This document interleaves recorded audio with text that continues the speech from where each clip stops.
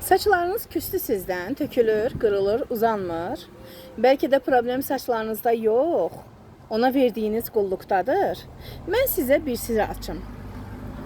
Qara çörək otu, şampunu saç diblərini dərindən təmizləyir, kökləri qidalandırır və tökülmənin qarşısını alır. Saçlara güc verir, onları daha sağlam və parlaq edir. Bəs qırmızı biberli maska.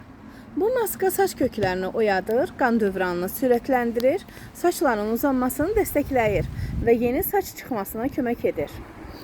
Yəni bir saçı qoruyur, digər isə saçı canlandırır.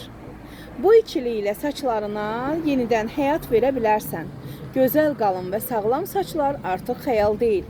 Əgər sən də saçlarının dəyişməsini istəyirsənsə, mənə yaz.